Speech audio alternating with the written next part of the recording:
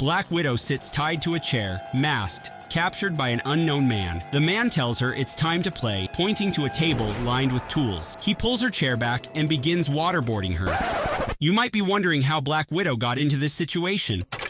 It all started when Natasha traveled to Madripoor looking for trouble. There, she was confronted by Jason Horn, the closest thing the city had to law and order. She told her about No Restraints Play, a dark website where rich clients around the world pay to watch live streams of people being The highest bidder becomes the stream's director, deciding the victim's fate. Black Widow decides to take the whole operation down. Natasha ran into some thugs in the street. She fought them off, sending a message. Anyone involved in No Restraints Play should know she was coming for them. She then went to a bar filled with criminals. After a brawl, she took an access card to the live stream from one of them. Back at her base, they were unable to find the original stream. As they were working, an old woman walked in, wanting to speak only with Natasha. She told Nat she wanted to show her something and took her back to her house. Black Widow followed her, and the old woman showed Nat her daughter sitting quietly in a dark room. The old woman says, "Look at what they did to my girl." Nat asked her to tell her everything and promised the old woman she would find the men responsible and ensure justice was served. She then asked the girl if she could give any information that might help identify the men. The girl could only remember that one man had a tattoo on his left arm. Later, Nat stood on the dock, scouting yachts. As she was looking, she saw the man with the tattoo the girl had described. Before she could pull the trigger, Black Widow was attacked by a masked figure. The two engaged in a fight, and Nat ultimately defeated her and tied her up. She then took her costume and infiltrated the yacht disguised. She found the man with the tattoo and tried to seduce him. However, the man knew it was Widow behind the mask and gave her a drugged kiss. Black Widow later woke up tied to a chair, unable to move. As she was being waterboarded, the director of the live stream asked to unmask her. As the man tried to grab her mask, Widow broke free and beat him up. A security alert was issued, and all personnel were sent to Nat's room. She grabbed a pair of knives and took out every single guard. She then opened all the cages, freed everyone, and burned the whole building. She tracked down the main man behind the operation and took him out. In the end, she visited the old woman again and told her daughter she had kept her promise and took care of the man. She then gave her prosthetics for her arms and traveled back to Brooklyn, content that she had taken down the monstrous network.